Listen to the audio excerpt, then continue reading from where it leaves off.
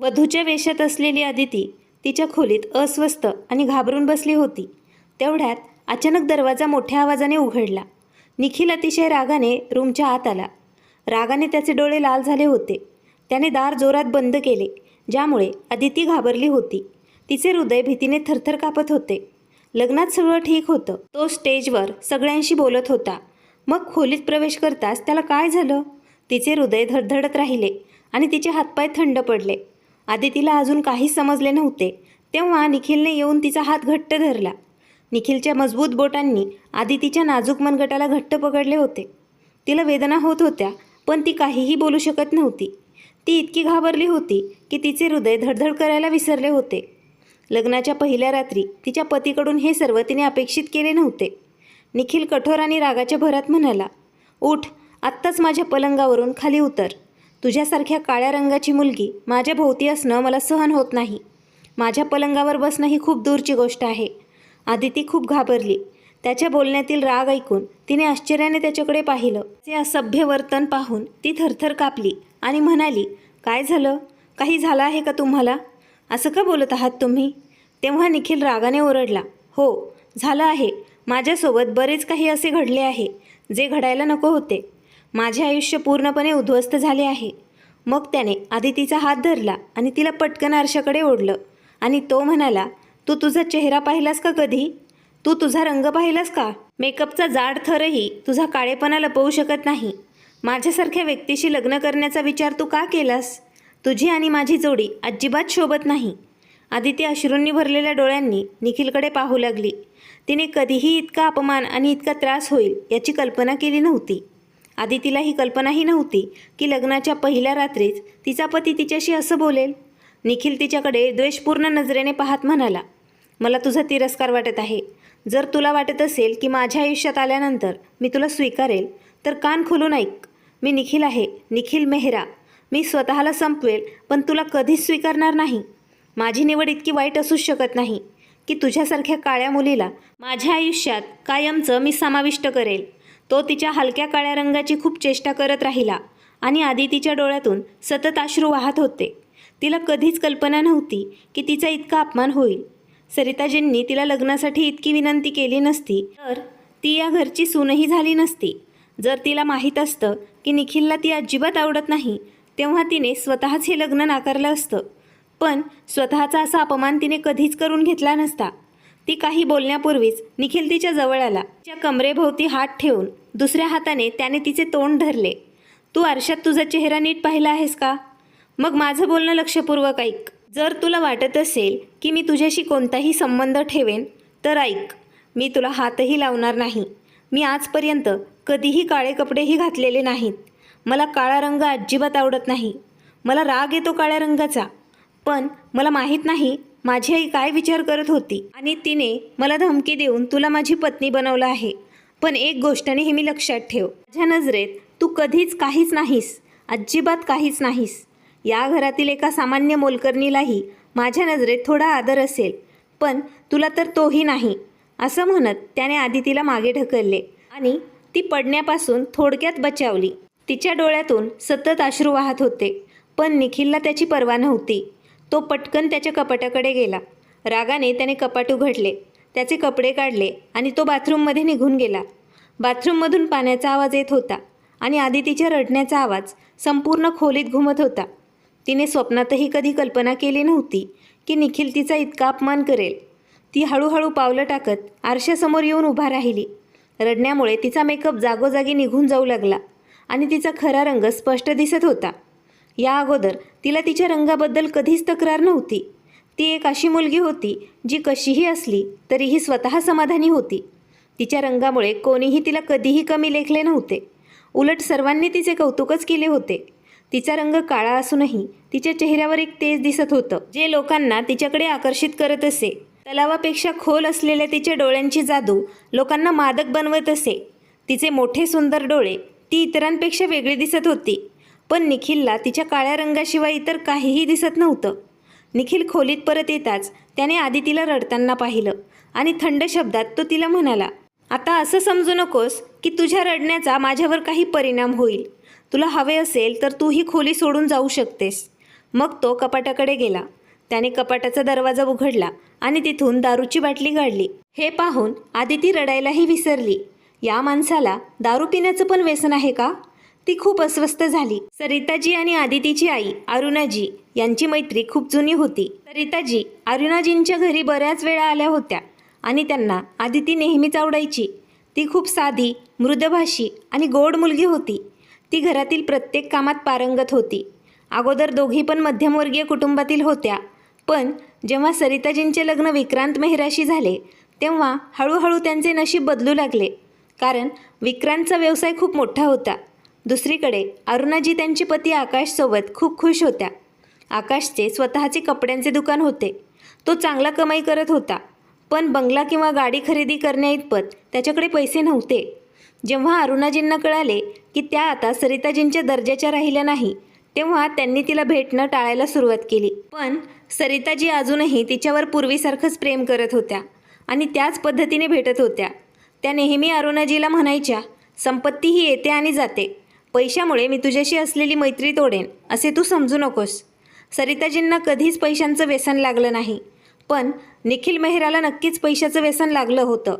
जेव्हा त्याने बालपणातून तारुण्यात पाऊल ठेवलं आणि त्याच्या घरात सर्व प्रकारच्या सुखसोयी पाहिल्या, तेव्हा तो हळूहळू भटकंती करू लागला. त्याचे मित्र चांगले नव्हते, म्हणूनच लवकरच त्याला दारू आणि सिगरेटचे व्यसन लागले. जेव्हा जेव्हा सरिताजी त्यांच्या मुलाला त्यांच्या चुकीच्या कृत्याबद्दल फटकारत होत्या, तेव्हा निखिलचे वडील विक्रांत मेहरा त्यांना मध्येच थांबवत असे. तू कोण आहेस माझ्या मुलाला फटकारणारी? माझे सर्व पैसे त्याचेच आहेत. हेच कारण होतं की निखिलच्या नजरेत त्याच्या आईची त्याच्या वडिलांपेक्षा कमी किंमत होती. कारण त्याच्या वडिलांनी त्याच्या सर्व इच्छा पूर्ण केल्या होत्या. त्याच्या आईने त्याला वाईट कृत्य करण्यापासून नेहमीच रोखले होते. निखिल नेहमीच म्हणायचा, मला थांबवणारी तू कोण? जेव्हा माझे पप्पा मला काहीच बोलत नाहीत, तेव्हा सरिताजी त्यांच्या मुलाकडे पश्चात्तापाने पाहत असत. तो हळूहळू स्वतःला संपवत होता. काहीही असो, वेळ असाच जात राहिला. जेव्हा निखिलने त्याच्या वडिलांचा व्यवसाय हाती घेतला, तेव्हा विक्रांत मेहरा घरीच राहू लागले. पण त्यांची तब्येत आता ठीक राहत नव्हती. अचानक त्यांना हृदयविकाराचा झटका आला आणि ते पुन्हा काही उठू शकले नाहीत. त्याचवेळी सरिताजींचीही प्रकृती खूप वाईट होती. अरुणाजींनी सरिताजींना सांत्वन दिले. ते ज्या बंगल्यामध्ये राहत होते, तो बंगला सरिताजींच्याच नावावर होता. मरण्यापूर्वी विक्रांत मेहराने त्यांची सर्व मालमत्ता सरिताजींच्या नावावर हस्तांतरित केली होती.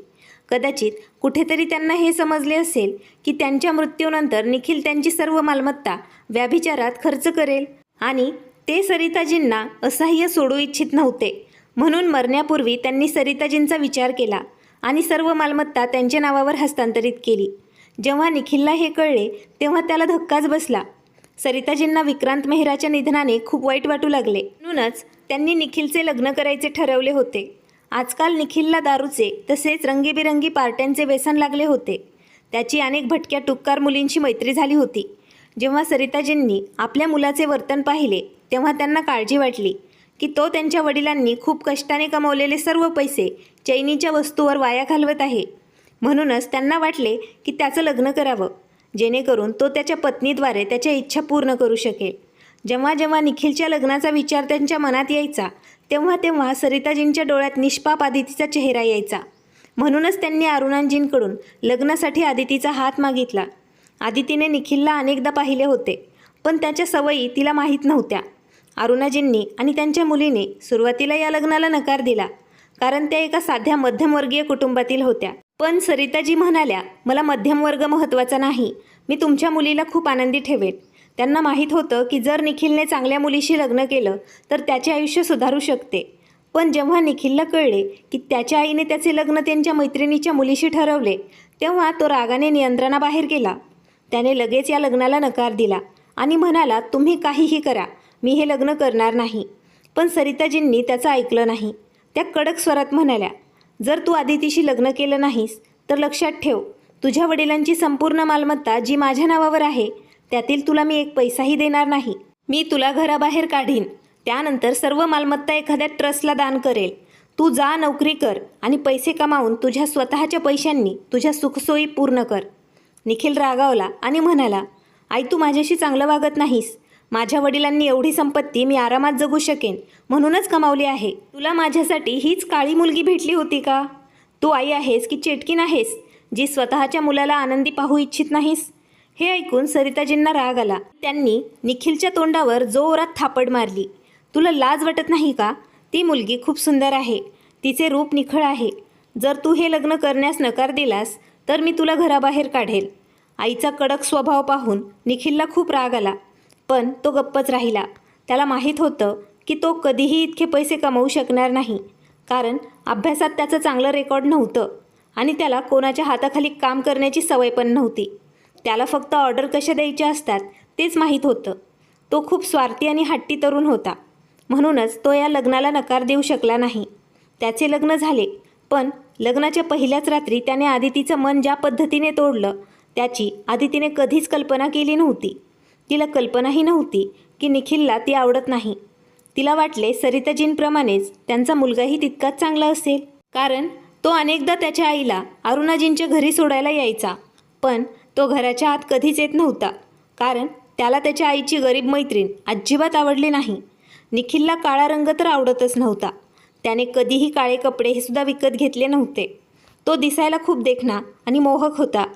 त्याला त्याच्या सौंदर्याचा खूप अभिमान वाटत होता, म्हणूनच त्याला आदितीचे मन तोडण्यास एक क्षणही लागला नाही. जेव्हा आदितीने निखिलला समोरच्या सोफ्यावर बसून दारू पिताना पाहिले, तेव्हा तिने शांतपणे कपाटातून तिचे साधे कपडे काढले आणि ती वॉशरूममध्ये निघून गेली. पण वॉश बेसिनमध्ये तोंड धुवत असताना तिला तिचे अश्रू अनावर झाले. तिचा रंग निखिलला वाटतो तितका काळवंडलेला नव्हता. तिची शरीरयष्टी खूप सुंदर होती. तिचे लांब सडक केस तिच्या सौंदर्यात आणखीनच भर घालत होते. तिच्या चांगल्या स्वभावामुळे ती सर्वांची आवडती व्यक्ती बनली होती. पण निखिलची नजर फक्त तिच्या चेहऱ्यावरच खिळली होती. असो, तोंड धुवून कपडे बदलून आणि रडून आदिती बाहेर आली, तेव्हा निखिलने तिला टोमणे मारले. माझं म्हणणं नीट ऐक. जर तू माझ्या आईकडे कोणत्याही गोष्टींची तक्रार केलीस तर एक गोष्ट लक्षात ठेव, मी तुला खूप त्रास देईल. माझ्या आईला फक्त सांग की तू माझ्यासोबत खूप आनंदी आहेस. आदितीने काहीच उत्तर दिले नाही. तिने शांतपणे रजाई उचलली आणि जमिनीवर झोपली. तिचे अश्रू शांतपणे उशीत जात राहिले. रात्री उशिरापर्यंत निखिल दारू पित राहिला आणि त्याचं दुःख आणि राग दारूमध्ये बुडवण्याचा तो प्रयत्न करत राहिला. जेव्हा नशेमुळे त्याचे डोळे जड होऊ लागले, तेव्हा तो त्याच्या पलंगावर जाऊन झोपला. सकाळी आदितीने सर्वात आधी डोळे उघडले. तिचे डोळे खूप सुजले होते, पण तरीही तिने स्वतःला सावरले आणि तयारीला लागली. मग निखिल म्हणाला, ऐक, ड्रेसिंग टेबलच्या ड्रॉवरमध्ये एक बॉक्स ठेवला आहे. त्यात तुझ्यासाठी पहिली भेटवस्तू ठेवली आहे. सोन्याच्या बांगड्या आहेत, त्या घालून बाहेर जा. आणि एक गोष्ट नेहमी लक्षात ठेव, जर तू माझ्या आईला तुझा हा निरागस चेहरा दाखवून सहानुभूती मिळवण्याचा प्रयत्न केलास तर मी तुला अशा प्रकारे त्रास देईल की तुला स्वतःचा चेहराही ओळखता येणार नाही. आदितीने शांतपणे त्या बांगड्या घातल्या आणि ती बाहेर गेली. सरिताजींनी तिला पाहिले तेव्हा त्या आश्चर्याने म्हणाल्या, काय झालं, तुझे डोळे इतके सुजले का आहेत?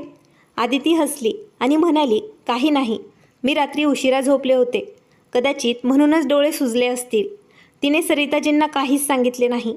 सरिताजी म्हणाल्या, निखिल रागीट स्वभावाचा आहे, पण मला माहीत आहे की तुझा चांगला स्वभाव त्याला योग्य मार्गावर आणेल. आदिती, मला माफ कर.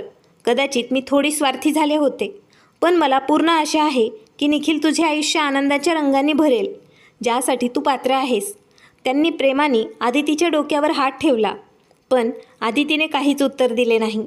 तिने डोळ्यात येणारे अश्रू गिळले होते. तिला सरिताजींना उत्तर द्यायचे होते, तुमच्यासारख्या आई त्यांच्या बिघडलेल्या मुलांना सुधारण्यासाठी फक्त आम्हा निष्पाप मुलींकडेच का पाहतात? तुमच्या या मानसिक रुग्ण मुलांना डॉक्टरांचीच गरज आहे, आम्हा मुलींची नाही. पण ती हे त्यांना सांगू शकली नाही. तिचे संगोपन अशा पद्धतीने झाले होते की ती मोठ्यांसमोर उद्धट बोलत नव्हती. तरीही तिने तिच्या सासूसोबत नाश्ता केला, कारण निखिल अजूनही झोपलेलाच होता. बऱ्याच वेळाने जेव्हा तो जागा झाला आणि बाहेर आला, तेव्हा सरिताजी म्हणाल्या, निखिल, एक काम कर, माझ्या सुनेला काही दिवसांसाठी कुठेतरी बाहेर घेऊन जा. तुमचे नुकतेच लग्न झाले आहे, बाहेर जाण्याचे हेच दिवस असतात. त्याचवेळी त्याने समोर असलेल्या आदितीकडे एक तीक्ष्ण नजर टाकली. ती गुलाबी रंगाच्या साडीत खूप सुंदर दिसत होती. रडण्यामुळे तिचे डोळे गुलाबी झाले होते. कोणत्याही सामान्य माणसाने आदितीला पाहिले असते तर तिच्या निरागस चेहऱ्याला पाहून तो तिच्या प्रेमात पडला असता, पण तो निखिल मेहरा होता. त्याने नेहमीच त्याच्या आजूबाजूला सुंदर चेहरे पाहिलेले होते. त्याला आदितीच्या शुद्ध आणि निरागस सौंदर्याची सवय नव्हती. निखिलची नजर तिच्यावर असल्याचे पाहून आदितीने डोळे वर केले आणि क्षणभर त्यांच्या नजरा एकमेकांना भिडल्या. निखिलला धक्काच बसला. आदितीचे मादक डोळे त्याच्या हृदयात शिरू लागले होते. आजपर्यंत त्याने कोणाचेही इतके सुंदर डोळे पाहिले नव्हते, पण त्याने पटकन तिच्यावरून आपले डोळे बाजूला केले. ही मुलगी कधीही त्याची पसंती होऊ शकत नाही असे समजून त्याने द्वेषाने आदितीपासून तोंड फिरवले. निखिल म्हणाला, अजून खूप ऑफिसचं काम बाकी आहे आई. माझे संपूर्ण आयुष्य पुढे पडले आहे. मी तिला कधी नंतर बाहेर घेऊन जाईन. निखिल सरिताजींसमोर सभ्यपणे वागायचा. त्याला माहीत होतं की सर्व काही त्याच्या आईच्याच हातात आहे, म्हणून त्याने त्यांच्याशी गैरवर्तन केले नाही. पण हळूहळू त्याला सगळं काही त्याच्या नावावर करायचं होतं आणि मग त्याला या मुलीला त्याच्या आयुष्यातून कायमचं काढून टाकायचं होतं. आदिती जेव्हा जेव्हा खोलीत यायची तेव्हा ती निखिलला कॉलवर त्याच्या मित्रांशी बोलताना पाहायची, पण निखिलला तिच्या उपस्थितीची पर्वा नव्हती. एके दिवशी आदिती आंघोळ करून आली तेव्हा निखिलने पाहिले की त्याचा टॉवेल तिच्या केसांवर गुंडाळलेला होता. तिच्याकडे पाहताच निखिल रागाने भडकला. निखिलला राग आला आणि तो रागाने ओरडला, तुझी हिंमत कशी झाली माझा टॉवेल वापरण्याची? असं म्हणत तो रागाने तिच्या जवळ आला आणि क्षणार्धात तिच्या केसांना गुंडाळलेला टॉवेल त्याने ओढला. आदिती नकळत त्याच्या छातीशी येऊन धडकली. निखिलचा टॉवेल त्याच्या हातात होता आणि तिचे ओले केस त्याच्या खांद्यावर पसरले होते, काही आदितीच्या चेहऱ्यावर. क्षणभर निखिल तिच्या सुगंधाने मादक झाला, पण इतक्या लवकर निखिल वितळू शकत नाही. त्याने क्षणार्धात स्वतःवर नियंत्रण ठेवलं आणि आदितीला दूर ढकललं. नंतर निखिलने प्रथम जमिनीवर पडलेला टॉवेल त्यावर दारू शिंपडली आणि नंतर खिशातून लायटर काढून तो टॉवेल त्यानं पेटवून दिला. हे पाहून आदितीला धक्काच बसला. निखिल असं काही करू शकेल याची तिला कल्पनाही नव्हती. निखिल रागाने म्हणाला, तू ज्याला हात लावशील मी ते जाळून राख करेल. मला तुझा खूप तिरस्कार आहे. तुझा रंग मला तिरस्कार वाटतो. म्हणूनच कृपया माझ्यासमोर तू येऊ नकोस आणि माझ्या वस्तूंना हातही लावू नकोस. आदितीला आता निखिलची खूप भीती वाटू लागली. तिच्या मनात एक विचित्र भीती घर करू लागली.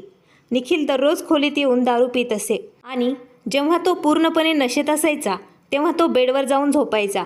एके दिवशी त्याने सरिताजींना एक फाईल आणून दिली आणि म्हणाला, आई, यात काही कागदपत्र आहेत ज्यावर तुझी सही हवी आहे, कारण तुझी सही सगळीकडे चालते. एवढंच नाही, मला पैशांची गरज असली तरी मला चेकवर तुझीच सही घ्यावी लागते. हे सांगत असताना निखिलचा बोलण्याचा स्वर कडवट झाला. सरिताजी म्हणाल्या, ठीक आहे, ती फाईल इथेच ठेव. अगोदर मी ती फाईल वाचते आणि नंतर त्यावर सही करते. निखिल म्हणाला, म्हणजे तुला माझ्यावर विश्वास नाही आहे? सरिताजी गंभीर स्वरात म्हणाल्या, मला माहीत आहे की तुला भटकंती करण्याची आणि चुकीच्या ठिकाणी पैसे खर्च करण्याची सवय लागली आहे. म्हणूनच मला प्रत्येक पाऊल काळजीपूर्वक उचलावं लागतं. माझ्या निष्काळजीपणामुळे मी सर्व काही माझ्या हातातून निसटून देऊ शकत नाही. निखिलने स्पष्ट सांगितलं, आई, मी सर्व काही सोडलं आहे. मी फक्त दारू पितो. मी तेही हळूहळू सोडेल.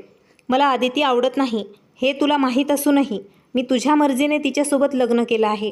तरीही मी तुझ्या निर्णयावर नतमस्तक होऊन हे नातं स्वीकारलं आहे. तुला अजूनही माझ्यावर विश्वास नाही आहे? हे बोलताच निखिलचे डोळे अश्रूंनी भरले. सरिताजींना थोडी लाज वाटली, कारण त्यांच्या सांगण्यावरून निखिलने आदितीशी लग्न केले होते हे अगदी खरे होते. आत्तापर्यंत आदितीने कधीही निखिल तिच्याशी कसा वागतो याबद्दल सरिताजींकडे तक्रारसुद्धा केली नव्हती. जेव्हा जेव्हा सरिताजी आदितीला विचारायच्या, निखिल तुझ्यासोबत चांगलं राहतो का, तेव्हा ती नेहमी म्हणायची, हो, ते माझ्याशी खूप चांगले राहतात. त्यांच्या आईसमोर निखिल आदितीशी सामान्य पद्धतीने बोलत असे, जेणेकरून सरिताजींना कोणताही संशय येऊ नये. सरिताजी म्हणाल्या, ठीक आहे, ती फाईल मला दे, मी त्यावर सह्या करते. आता निखिलच्या मनात असलेली इच्छा पूर्ण होणार होती. पण सरिताजींनी त्या फाईलवर सही करायला सुरुवात करताच आदिती खोलीतून धावत आली आणि ती घाबरून म्हणाली, काकू, माझ्या आईची तब्येत खूप खराब आहे. बाबा तिला हॉस्पिटलमध्ये घेऊन गेले आहेत आणि ते मलाही तिकडे बोलवत आहेत. हे ऐकताच सरिताजींनी फाईल बाजूला ठेवली. निखिलला आदितीचा खूप राग आला, कारण सगळं काही त्याच्या नावावर होणार होतं आणि या मुलीने पुन्हा मध्ये अडथळा निर्माण केला होता. सरिताजी पटकन उभ्या राहिल्या आणि त्या म्हणाल्या, अरुणाला काय झालं? चल, मीही तुझ्यासोबत येते. त्या आदितीसोबत हॉस्पिटलमध्ये गेल्या. अरुणाजी यांना हृदयविकाराचा झटका आला होता, पण आत्ता त्यांची प्रकृती पूर्वीपेक्षा चांगली होती. सरिताजींनी रुग्णालयाचा संपूर्ण खर्च उचलला होता आणि आदिती तिच्या सासू सरिताजींचे जेवढे आभार व्यक्त करेल तेवढं कमीच होतं. म्हणूनच सरिताजींच्या असभ्य मुलाचे अनेक गैरवर्तन आदिती मूकपणे सहन करू लागली. अन्यथा निखिलने आदितीचा जितका अनादर केला तितका कोणतीही मुलगी सहन करू शकत नव्हती. जेव्हा ती घरी आली तेव्हा निखिल रागातच हॉलमध्ये बसला होता. तो म्हणाला, तुला कळत नाही का? माझ्यासाठी जेवण बनवून जायचं होतंस. तुझा नवरा घरी उपाशी बसला आहे आणि तुला बाहेर जायला वेळ आहे. आदितीला वाटलं की कदाचित तो तिच्या आईच्या आजाराबद्दल विचारपूस करेल. किमान तो इतकी माणुसकी तर दाखवू शकेल. पण निखिलचे शब्द ऐकून ती म्हणाली, घरी नौकर उपस्थित होते. तुम्हाला काय खायचे आहे ते तुम्ही त्यांना सांगू शकले असता. तिचं बोलणं ऐकून निखिल रागाने म्हणाला, माझ्यासमोर उलट बोलू नकोस. तुला चांगलंच माहीत आहे की नौकरांनी बनवलेले अन्न मी खात नाही. जा आणि माझ्यासाठी जेवण बनव. आदिती पटकन स्वयंपाकघरात गेली आणि स्वयंपाक करू लागली. यावेळी तिला या व्यक्तीशी बोलून स्वतःला अधिक त्रास करून द्यायचा नव्हता. निखिलची खरी समस्या अशी होती की आदितीमुळे फाईलवर सही झाली नाही. ती फाईल अजूनही त्याच्या आईच्या खोलीत पडून होती. त्याला वाटत होतं सरिताजींनी काहीही न बोलता त्यावर सही करावी. जेवणाच्या टेबलाजवळ येताच त्याने पाहिले की सरिताजी तिकडे अगोदरच रागाने बसल्या होत्या. त्यांच्यासमोर एक फाईल ठेवली होती. निखिलला पाहताच त्या म्हणाल्या, ही फाईल घेऊन जा. निखिल म्हणाला, आई तू सही केलीस का? सरिताजी कडक स्वरात म्हणाल्या, नाही. मला माहीत नव्हतं की तू मला मालमत्तेसाठी ब्लॅकमेल करत आहेस. तू माझ्यावर प्रेम करत नाहीस. तुला फक्त हा बंगला आणि तुझ्या वडिलांची मालमत्ता आवडते. तुला हे सर्व तुझ्या ताब्यात घ्यायचं आहे. तुला वाटतं मी तुझ्यासमोर भीक मागावी. निखिलने स्पष्ट केलं, असं काही नाही आई. पण सरिताजींनी त्याचं ऐकलं नाही आणि त्या म्हणाल्या, हे बघ निखिल, मी जिवंत आहे तोपर्यंत सर्व काही माझ्याकडेच राहील. मी तुला काहीही देणार नाही. निखिलला वाटू लागलं की या सगळ्यांसाठी आदितीच जबाबदार आहे. नाहीतर त्याच्या आईने खूप अगोदरच त्या फाईलवर सही केली असती. असो, निखिलचे सर्व काम आदितीच करायची. त्याला कशाचीही सवय नव्हती. तो प्रत्येक लहान मोठ्या गोष्टींसाठी आदितीला आवाज द्यायचा. अगदी समोर ठेवलेले पाकिटही त्याला दिसत नव्हते. आदिती त्याचे सर्व काम शांतपणे करायची. पण तिच्यात खूप स्वाभिमान होता. लग्नाच्या पहिल्या रात्री निखिलने तिला नाकारल्यापासून ती त्याच्या जवळही जात नव्हती. रात्र झाली की ती तिची उशी उचलून जमिनीवर झोपायची. सकाळी निखिल उठण्यापूर्वी ती खोलीतून बाहेर निघून जायची. त्या दिवशी जेव्हा ती सकाळी लवकर उठून खोली बाहेर पडली तेव्हा तिला सरिताजी कुठेही दिसल्या नाहीत. सरिताजी आदितीच्या उठण्यापूर्वीच उठून बाहेर येत होत्या. ती काळजीत पडली आणि त्यांच्या खोलीत गेली. तेव्हा ती ओरडली, कारण सरिताजी त्यांच्या खोलीत बेडवरती बेशुद्ध पडल्या होत्या. त्यांचे संपूर्ण शरीर घामाने भिजले होते. तिने ओरडून निखिलला हाक मारली. निखिलही धावत आला आणि तो त्याच्या आईला रुग्णालयात घेऊन गेला, जिथे त्यांना हृदयविकाराचा झटका आल्याचे आढळले. वेळेवर उपचार मिळाल्यामुळे त्यांचा जीव वाचला. काही दिवस रुग्णालयात दाखल केल्यानंतर त्यांनी सरिताजींना घरी आणले.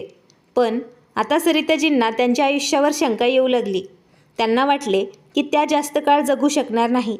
त्यांना निखिल आणि आदितीच्या नात्याबद्दलही शंका येऊ लागली. निखिल आदितीला आनंदी ठेवत नाही असं त्यांना वाटत होतं. मग हे विचार करून त्यांनी एक मोठा निर्णय घेतला. सरिताजींनी त्यांच्या वकिलाला बोलावून त्यांच्याशी सल्लामसलत केली. दुसऱ्या दिवशी त्यांनी निखिल आणि आदितीला त्यांच्याजवळ बोलवले. निखिल, मला तुझ्याशी एका महत्त्वाच्या गोष्टीबद्दल बोलायचं आहे.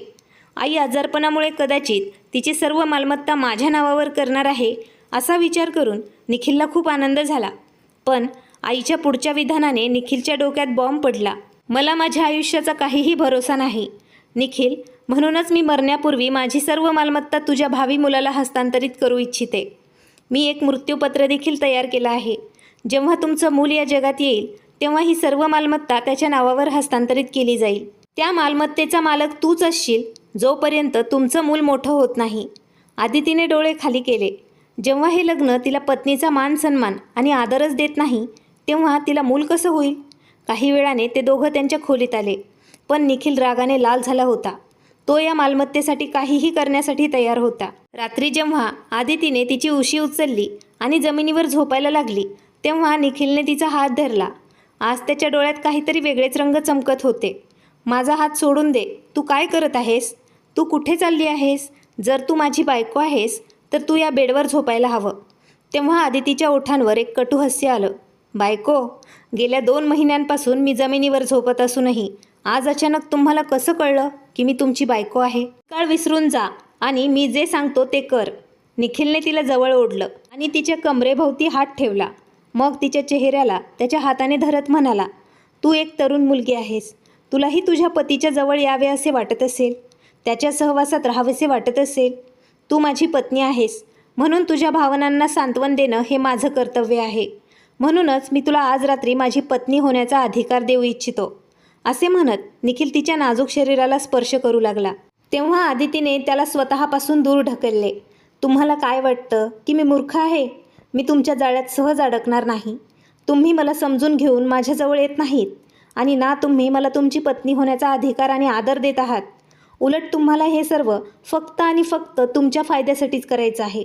कारण आईने बहुतेक मालमत्ता तुमच्या मुलाला दिली आहे. त्यामुळे आता तुम्हाला माझ्याकडून तुमचं मूल हवं आहे.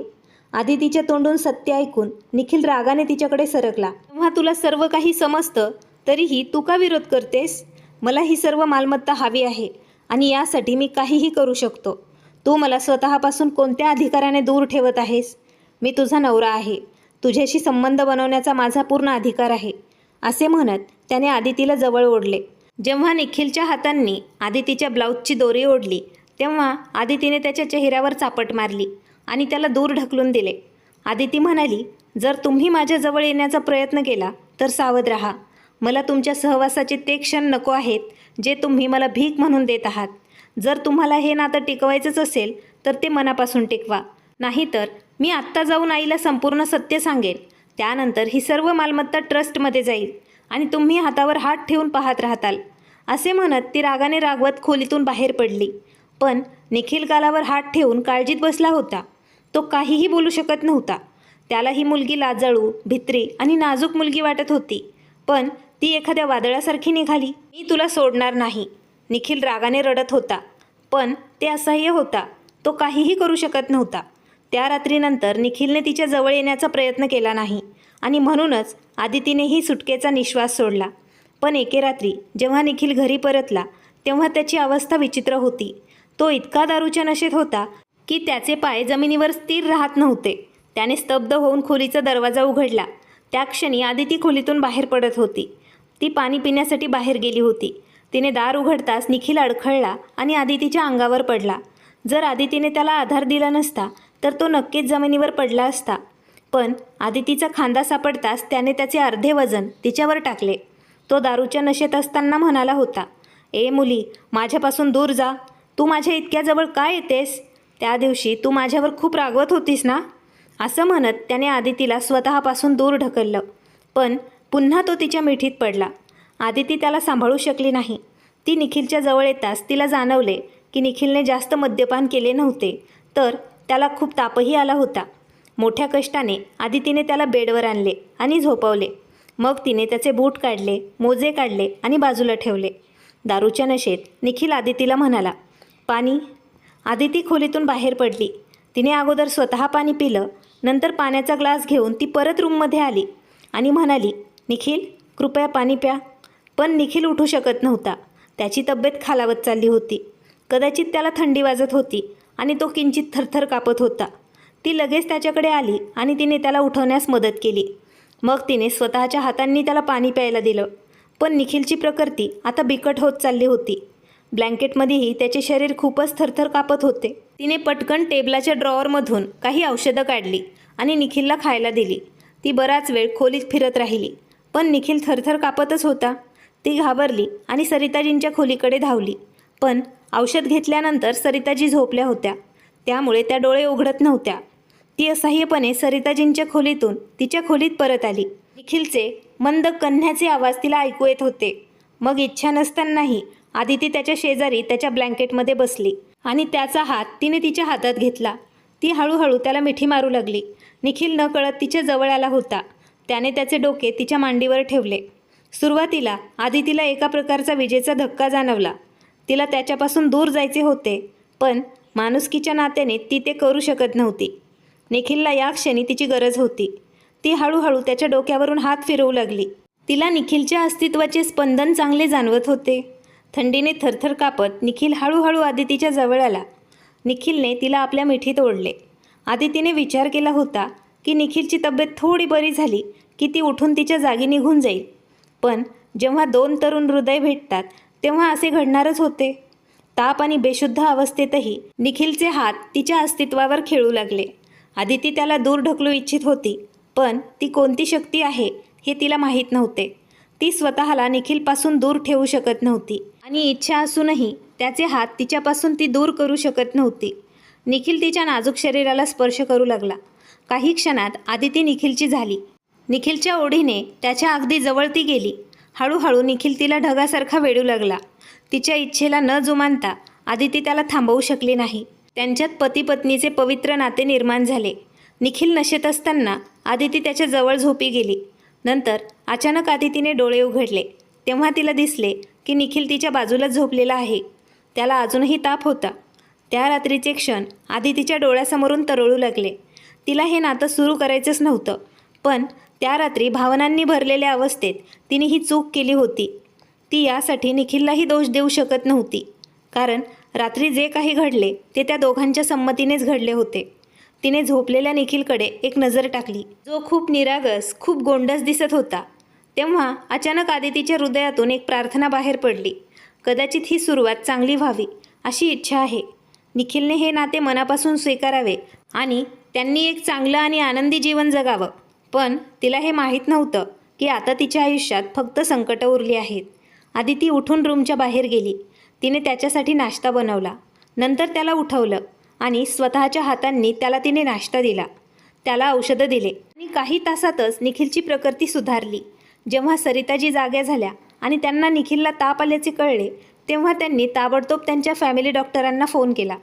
गेल्या 2-3 दिवसात आदितीने निखिलची खूप सेवा केली, पण आदिती त्याची किती काळजी घेते हे त्याला कळले नाही. तो बरा होताच पुन्हा त्याच्या कामात व्यस्त झाला. आदितीला वाटत होतं की कदाचित निखिलला सगळं काही आठवत असेल, जे काही झालं ते. तिने निखिलच्या चेहऱ्यावर आणि त्याच्या डोळ्यात काहीतरी शोधण्याचा प्रयत्न केला, पण त्याच्या चेहऱ्यावर तेच थंड भाव दिसत होते. ते तिला आतून गोठवून टाकत होते. निखिल तिच्याशी एकदाही बोलला नाही. तिला तर वाटले होते निखिल तिच्यासोबत खोडकरपणाने काहीतरी रोमॅन्टिक बोलेल, पण तसे काहीही घडले नव्हते. जे काही झाले ते काहीच निखिलच्या लक्षात नव्हते का? तो दारूच्या नशेत माझ्याजवळ आला आणि माझ्याकडून त्याचा हक्क घेतला. हे विचार करता करता आदितीच्या डोळ्यात अश्रू आले. तिला स्वतःबद्दल खूप कमीपणा वाटत होता. हे मी काय केलं आहे? मी स्वतःवर नियंत्रण का ठेवू शकले नाही? या दिवसात निखिलला त्याच्या ऑफिसमधील सेक्रेटरी नेहा आवडू लागली. निखिलला जे काही हवे होते तेच नेहामध्ये होते. तो नेहाच्या प्रेमात पूर्णपणे बुडाला होता. नेहाच्या सौंदर्याच्या जादूने निखिलवर जादू केली होती. ती खूपच सुंदर होती आणि निखिलने तिच्यावर खूप पैसे खर्च केले होते. पण नेहा एक लोभी प्रकारची मुलगी होती. एके दिवशी ती निखिलला म्हणाली, मला तुझ्याशी लग्न करायचं आहे, कृपया मला स्वीकार. आता आपल्या आजूबाजूचे लोक आपल्या नात्यावर प्रश्नचिन्ह उपस्थित करू लागले आहेत. निखिलने उत्तर दिले, नेहा, फक्त एकदा सर्व मालमत्ता माझ्या नावावर होऊ दे. मी माझ्या पत्नीला सोडून तुझ्याशी लग्न करेल. पैशाच्या लोभात नेहा निखिलची पत्नी होण्याचं स्वप्न पाहू लागली. जेव्हा सरिताजींना त्यांच्या मुलाच्या दुष्कृत्यांबद्दल कळलं, तेव्हा त्यांनी त्याला फटकारलं आणि म्हणाल्या, जर तुझी ही कृत्य तू थांबवली नाहीस तर मी तुला घराबाहेर काढेल.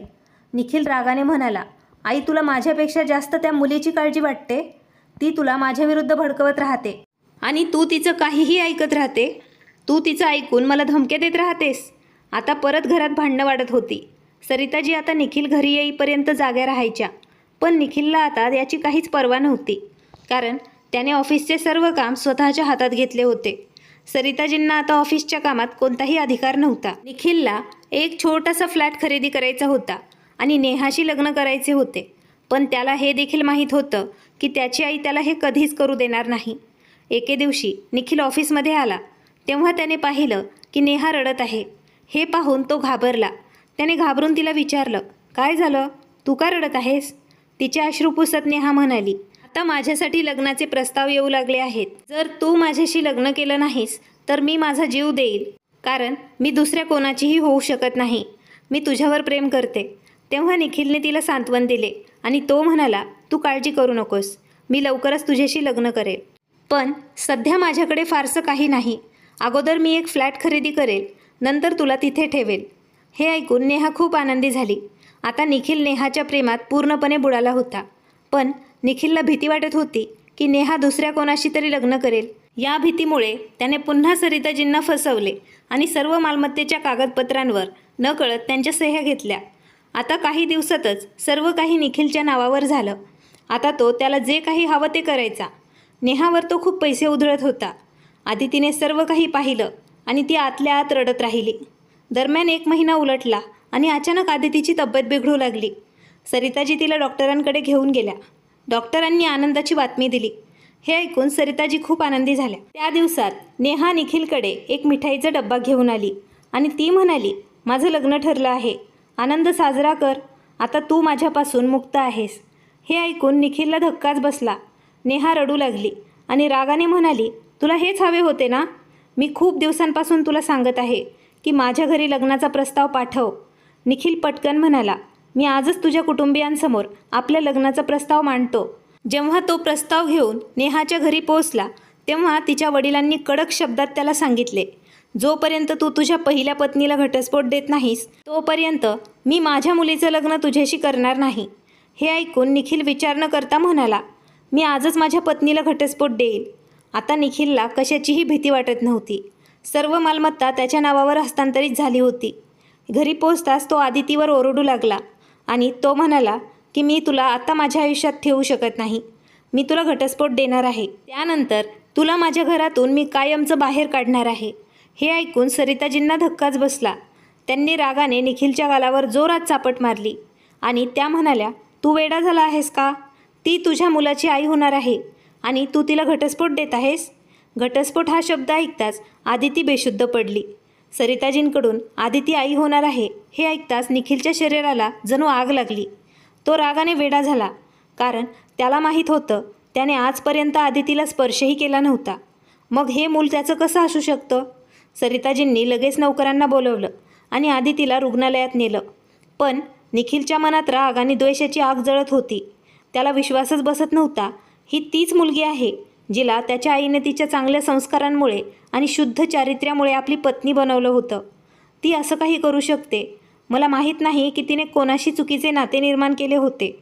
निखिल हाच विचार करून रागाने संतापला होता. मी आदितीला सोडणार नाही. माझी पत्नी असूनही ती माझ्यासोबत असे वाईट कसे वागू शकते? मान्य आहे मी स्वतःच चांगला माणूस नव्हतो, तरीही त्याला ही गोष्ट का सहन होत नव्हती? थोड्याच वेळात सरिताजी आदितीला रुग्णालयातून घरी घेऊन आल्या. पण यावेळी आदिती निखिलच्या खोलीत गेली नाही. ती सरिताजींना म्हणाली, आई कृपया मला माझ्या घरी सोडा. सरिताजींनी तिला समजावून सांगण्याचा प्रयत्न केला. आदिती आत्ता तो फक्त घटस्फोटाबद्दल बोलला आहे. त्याने घटस्फोट दिलेला नाही आणि फक्त त्याच्या बोलण्याने हे नातं संपत नाही. पण आदितीने तिचे अश्रू पुसले आणि म्हणाली, एकदा त्याने घटस्फोटाचा विचार केला की तो मला नक्कीच घटस्फोट देईल. मी अशा व्यक्तीसोबत राहू शकत नाही जो नेहमीच माझा अपमान करतो. तो कधीच माझा आदर करू शकत नाही. स्त्रीला आदर आणि प्रेमाची खूप गरज असते आणि तुमच्या मुलाने मला आदर किंवा प्रेम कधीच दिलेलं नाही. तुम्ही त्याला मालमत्तेतून बाहेर काढू नये म्हणून तो हे नातं टिकवत होता. पण असे नाते जास्त काळ टिकत नाहीत. आदितीचे बोलणे ऐकून सरिताजी म्हणाल्या, मुलं जन्माला आल्यावर सर्व काही ठीक होईल. आदितीने कटू सत्य समोर मांडले. हा फक्त तुमचा गैरसमज आहे. तो कधीही बदलणार नाही. सरिताजीने तिला खूप समजावण्याचा प्रयत्न केला, पण आदिती समजून घेण्याच्या मनस्थितीत नव्हती. सरिताजींनी जबरदस्तीने आदितीला विश्रांतगृहात नेऊन झोपवले. त्यांनी स्वतःच्या हातांनी तिला फळ खाऊ घातले आणि ज्यूस पाजला. काही वेळाने आदिती झोपी गेली. पण इकडे निखिलला राग येत होता. यावेळी त्याला ड्रिंक घेऊनही आनंद मिळत नव्हता. तो वारंवार विचार करत होता, आदितीला कोणी दुसऱ्याने स्पर्श केला असेल का? ती दुसऱ्या व्यक्तीच्या बाळाची आई होणार आहे.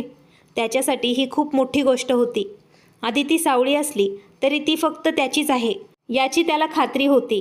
जरी त्याने कधीही तिला स्पर्श केला नव्हता तरी ती नेहमी शुद्ध आणि निर्दोष असल्याचा तो स्वतःला दिलासा देत होता.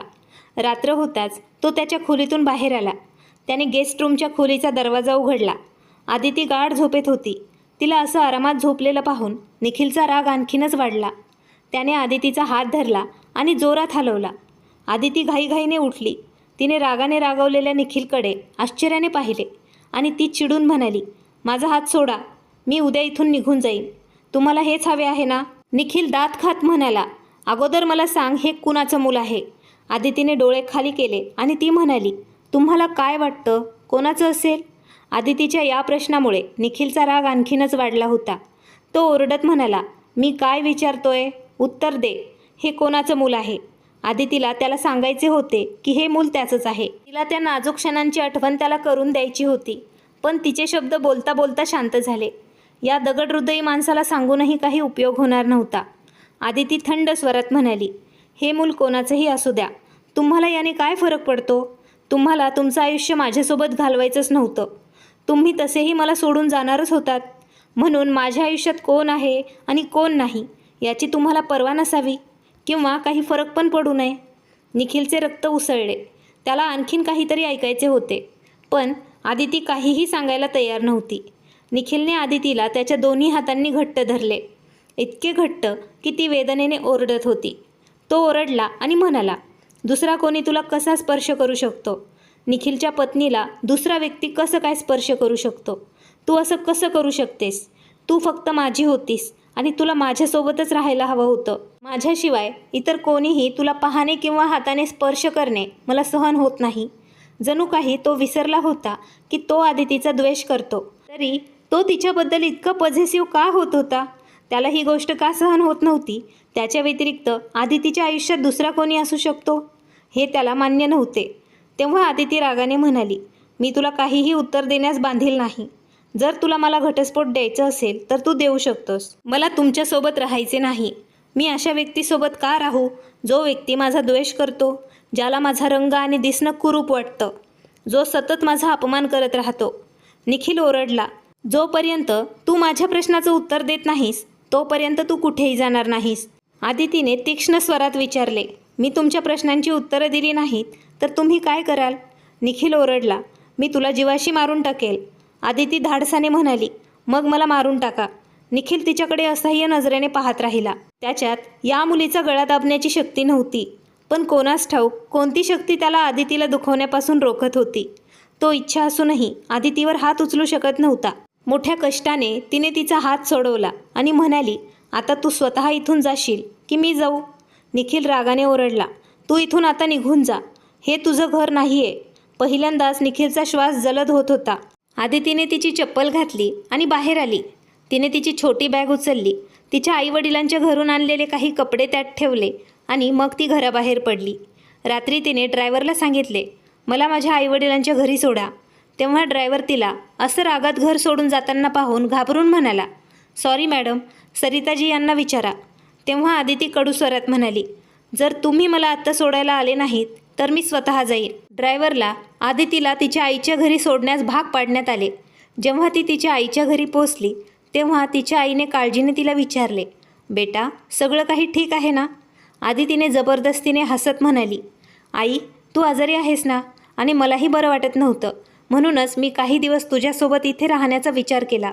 तिने खरी गोष्ट तिच्या आईपासून लपवून ठेवली, कारण तिची आई हृदयरोगी होती आणि तिला त्यांना कोणत्याही प्रकारचा धक्का द्यायचा नव्हता. दुसऱ्या दिवशी सकाळी जेव्हा निखिलने डोळे उघडले तेव्हा तो गेस्ट रूममध्ये झोपलेला होता. आदिती गेल्यानंतर तो तिथेच डोके धरून बसला आणि त्याला कधी झोप लागली ते कळलंच नाही. जेव्हा तो त्याच्या खोलीत आला तेव्हा त्याला दिसले की आदिती तिथे पण नव्हती. काही वेळाने सरिताजींनी त्याला सांगितले, आदिती घर सोडून निघून गेली आहे. तेव्हा निखिल रागाने म्हणाला, जाऊ दे, तिने माझ्या आयुष्यात कधीही परत येऊ नये. सरिताजी वेदनेने म्हणाल्या, जर तुला तिच्याशी असेच वागायचे होते तर तू मला अगोदरच सांगायला हवं होतंस. मी आदितीला उद्ध्वस्त होण्यासाठी या घरात कधीच आणलं नसतं. मी तुलाच या घरातून हाकलून दिलं असतं. तू अजूनही हे घर सोडून जाऊ शकतो. तेव्हा निखिल थंडपणे हसला आणि म्हणाला, मी सर्व कागदपत्रांवर तुला सही करायला सांगितली होती आणि तू केलीस. आता हे घर, ही मालमत्ता, सर्व काही माझ्या नावावर आहे. तू मला या घरातून हाकलून देऊ शकत नाहीस. आता मी माझ्या इच्छेनुसार जगेल, नेहाशी लग्न करेल. हे ऐकून सरिताजींना त्यांचे हृदय पिळवटून टाकले असे वाटले. त्या तिथेच बेशुद्ध पडल्या.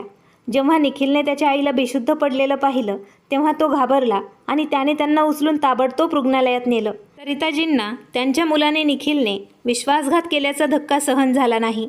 जेव्हा त्यांना शुद्ध आली तेव्हा निखिल त्यांना घरी घेऊन आला.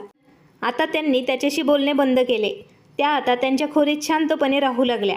आईच्या रागामुळे निखिलला वाईट वाटत होतं, पण त्याला माहीत होतं त्याची आई फक्त आदितीमुळेच त्याच्यावर रागवलेली होती. जर आदिती त्याच्या आयुष्यात आली नसती तर हे सगळं त्याच्या मनाप्रमाणे चाललं असतं. निखिलने आधीच नेहाला सांगितलं होतं की तो लवकरच तिच्या पालकांना भेटेल आणि तिच्याशी लग्न करेल. एके दिवशी नेहाने रजा मागितली तेव्हा त्याने तिला रजा दिली. तो आजकाल नेहाकडे कमी लक्ष देत होता. आजकाल त्याचं मन फक्त आदितीवरच अडकलं होतं. इच्छा असूनही तो तिला आपल्या मनातून काढून टाकू शकत नव्हता. त्या दिवशी निखिलची एक रेस्टॉरंटमध्ये बैठक होती. बैठकीनंतर तो परत येत असताना त्याने नेहाला हसताना, जेवताना आणि एका तरुणाशी गप्पा मारताना पाहिलं. तेव्हा त्या मुलाने नेहाला विचारले, आपल्याला किती वेळ वाट पाहावी लागेल?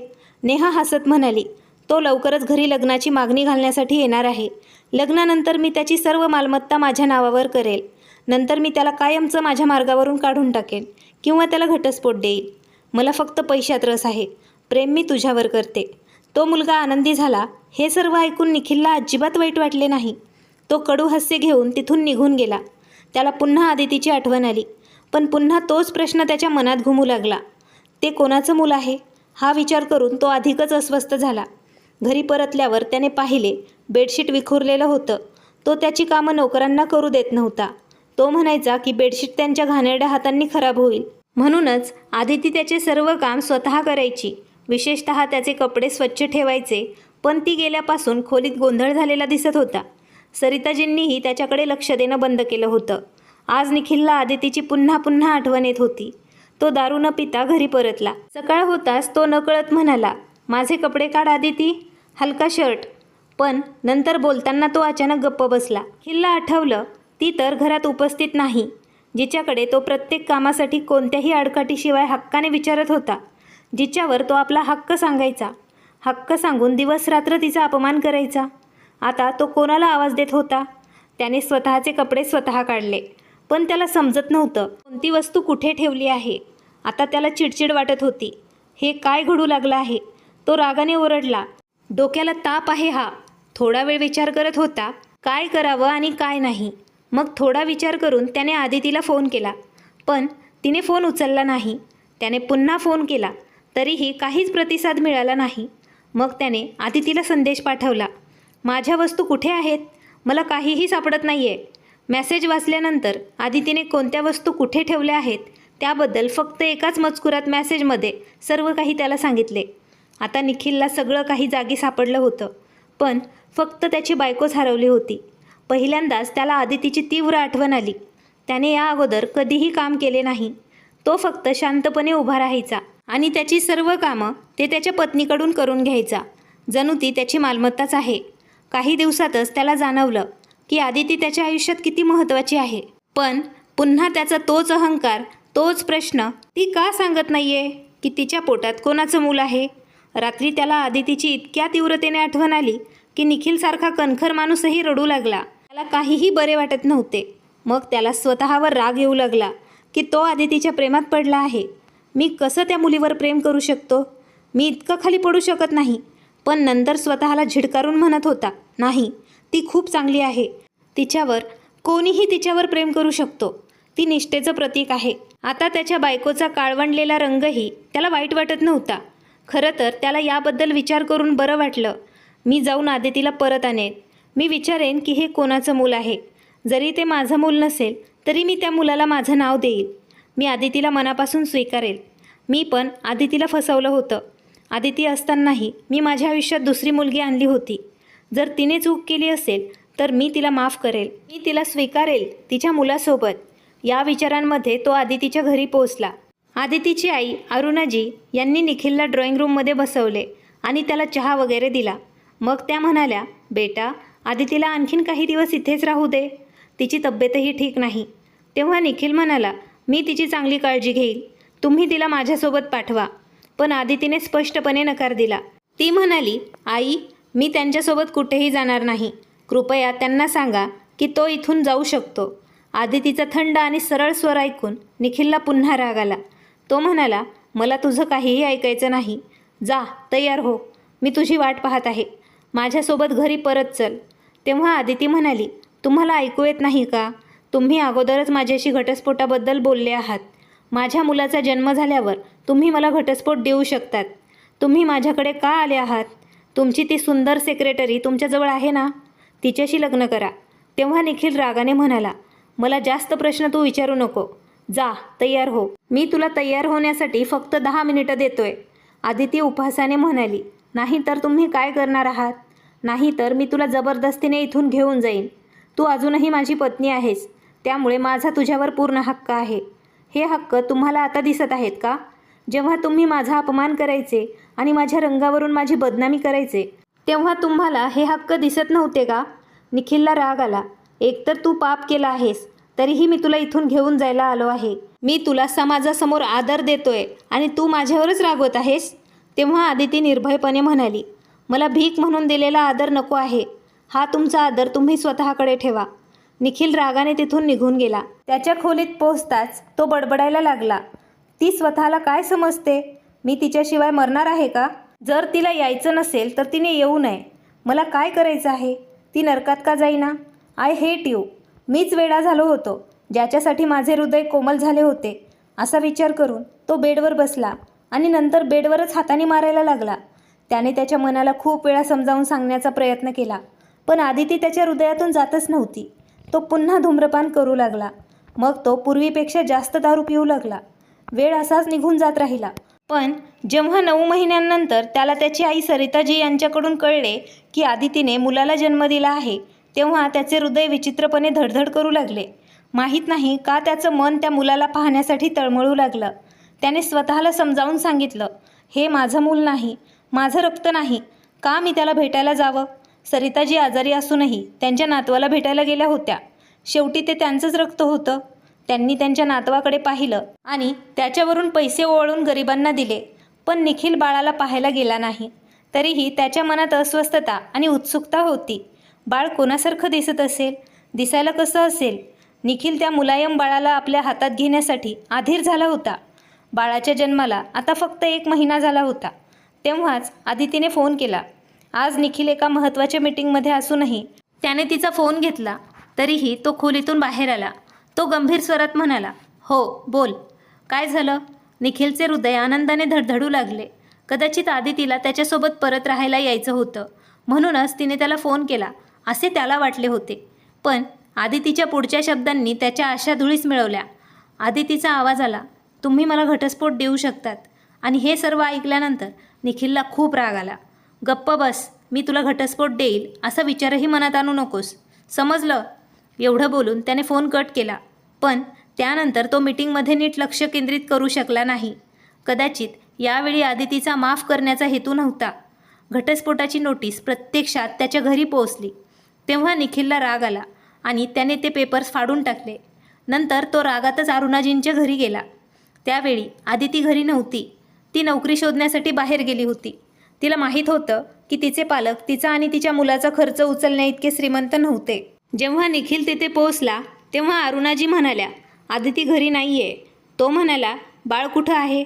अरुणाजी म्हणाल्या, तुमचं बाळ झोपलं आहे. निखिल आत आला. त्याने मुलाला आपल्या हातात घेतलं आणि त्या मुलाला हातात घेताच त्याच्या हृदयात एक शीतलता आली. त्याने अचानक त्या मुलाच्या गालाचे चुंबन घेतले. ही भावना इतकी सुंदर होती की जणू तो हवेतच उडत होता. अनियंत्रित होऊन तो मुलाच्या गालाचे पुन्हा पुन्हा चुंबन घेऊ लागला, इतका की तो मुलगा अस्वस्थ झाला आणि रडू लागला. मग त्याने बाळाला छातीशी मिठी मारली आणि त्याला शांत करण्याचा प्रयत्न केला. त्याचे डोळे ओले होऊ लागले. आतून त्याला कोणत्या प्रकारच्या गुदगुल्या होत होत्या हे मला माहीत नाही. या मुलाशी माझे काहीतरी नाते आहे, नाहीतर त्याला पाहून माझं मन इतकं दुखलं नसतं. तो मुलाला घेऊन निघू लागला. तेव्हाच अरुणाजी घाबरून म्हणाल्या, तुम्ही कुठे जात आहात? तो एक लहान मुलगा आहे, तो त्याच्या आईशिवाय राहू शकत नाही. तेव्हा निखिल थंड स्वरात म्हणाला, जर त्याची आई बाळावर प्रेम करत असेल तर माझ्या घराचे दरवाजे तिच्यासाठी नेहमीच उघडे आहेत. थोडा वेळ विचार केल्यानंतर तो थेट रुग्णालयात गेला आणि त्याने DNA चाचणी करून घेतली, तीही तातडीने. त्यानंतर निखिल मुलाला घरी घेऊन आला. काही वेळाने आदितीचा फोन आला. निखिलने फोन उचलताच आदिती रागाने म्हणाली, हा काय उद्धटपणा आहे? तू माझ्या मुलाला का नेलंस? तुला माझ्या चारित्र्यावर शंका होती, मग तू मुलाला का नेलंस? निखिल थंड स्वरात म्हणाला, तू घरी येऊ शकतेस का? मी तुला थांबवलं नाही. आदितीने न डगमगता उत्तर दिलं, मला तुमच्या घरी यायचं नाही. मी आयुष्यभर तुम्हाला माझ्या चारित्र्याबद्दल साक्ष देऊ शकणार नाही. आणि त्याच्या हट्टी पत्नीचा हट्टीपणा पाहून त्याच्या ओठांवर हलकेसे स्मितहास्य आले. तू खूप हट्टी आहेस, पण मीही कमी हट्टी नाही. रिपोर्ट येताच निखिलला कळले की ते मूल त्याचंच आहे. असा विचार करून त्याच्या मनातील सर्व शंका दूर झाल्या. त्याने आपल्या मुलाला आपल्या हातात घेतले. हा माझा मुलगा आहे, माझं रक्त आहे, म्हणूनच माझे हृदय त्याच्यासाठी तळमळत होते. मी त्याला माझ्या मांडीवर घेताच मला वेगळ्याच प्रकारच्या गुदगुल्या जाणवल्या होत्या. तो त्याच्या मुलाचे चुंबन घेत होता आणि प्रेम करत होता, जो अगदी त्याच्यासारखाच दिसत होता. आदितीनेही ठरवले होते की ती निखिलच्या घरी जाणार नाही. निखिल बाळाला कसं हाताळतो ते ती पाहील. तो फक्त एका दिवसातच ओरडत मुलाला परत आणून सोडेल. पण मग तिच्या आईच्या प्रेमामुळे तिला त्रास होऊ लागला. ती विचार करत होती, तो माणूस अजूनही तसाच निर्जीव आणि क्रूर आहे. तो लहान मुलगा होता. जेव्हा त्याला स्वतःच्या आईचीही पर्वा नव्हती, तर तो या लहान मुलाची का पर्वा करेल? आदिती रडतच घरी परत आली. सरिताजी त्यांच्या खोलीतच राहत होत्या. निखिलच्या हालचालींची त्यांना जाणीव नव्हती. निखिलने पहिल्यांदाच त्याच्या मुलाला फीडर भरवला. नंतर त्याच्या मुलाचा डायपरही बदलला होता. त्याला छातीशी धरून झोपवले होते. आता निखिल आदितीची येण्याची वाट पाहत होता. त्याचे डोळे आदितीची वाट पाहत स्थिर झाले होते. आदिती सरळ त्याच्या रूममध्ये आली. जेव्हा तिला तिचा मुलगा झोपलेला दिसला, तेव्हा ती त्याच्याकडे पाहू लागली. पण तो दगडी मनाचा माणूस मध्यभागी उभा होता.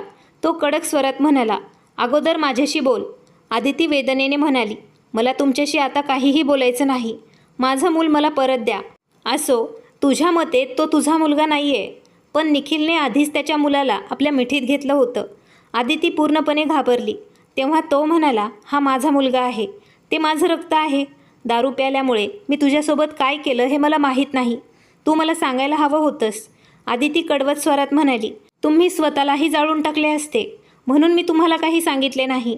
कारण तुम्हाला माझ्या स्पर्शाने येणारी कोणतीही गोष्ट आवडत नव्हती आणि माझ्यामुळे तुम्ही स्वतःचे नुकसान करावे असे मला वाटत नव्हते. आदितीचं बोलणं ऐकून निखिल मंद हसला. तुला माझी इतकी काळजी वाटते का? तर कृपया इथेच थांब ना. मी तुला काहीही म्हणणार नाही. तुझ्या दूर राहण्याने मला खूप बदलून टाकले आहे.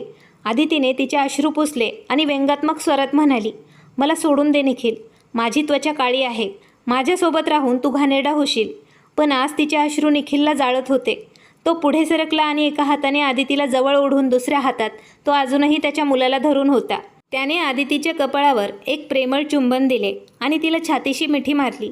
तो हळूच आवाजात म्हणाला, मी एक मूर्ख माणूस होतो, जो तुला ओळखू शकलो नाही. आज माझा तुला पाहण्याचा दृष्टिकोनच बदललेला आहे. जेव्हा मी तुला माझ्या डोळ्यांनी पाहतो, तेव्हा मला या जगात तुझ्यापेक्षा सुंदर दुसरी कोणीही स्त्री दिसत नाही. मी तुझ्यावरच प्रेम करू लागलो आहे. कारण तू माझी पत्नी आहेस. फक्त माझी. दुसऱ्या कोणाचीही तू असू शकत नाहीस. आदिती वेदनेने ओरडली, मी काळी आहे. माझे मुलंही काळे आहे.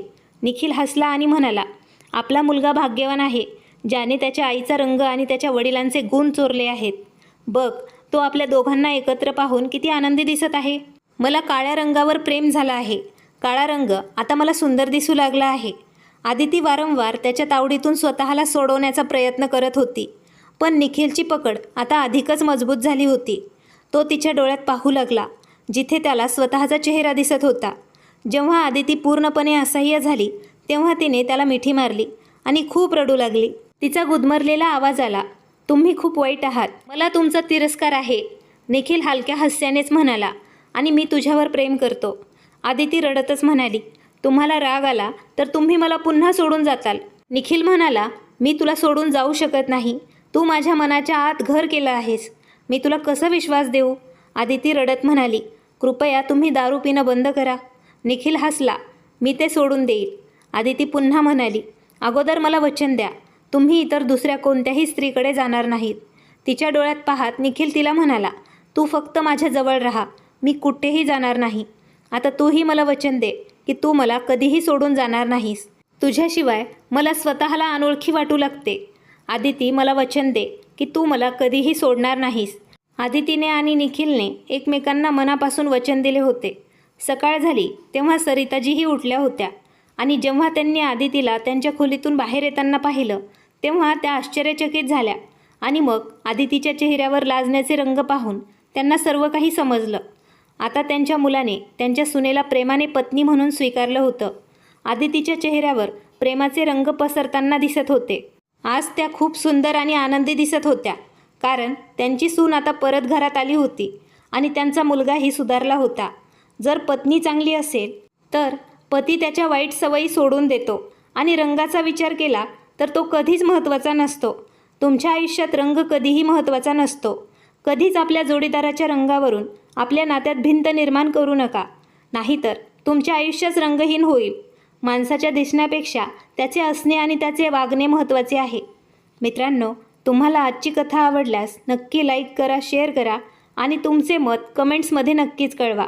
चॅनलवर तुम्ही नवीन असाल तर चॅनल सबस्क्राईब करायला विसरू नका. धन्यवाद.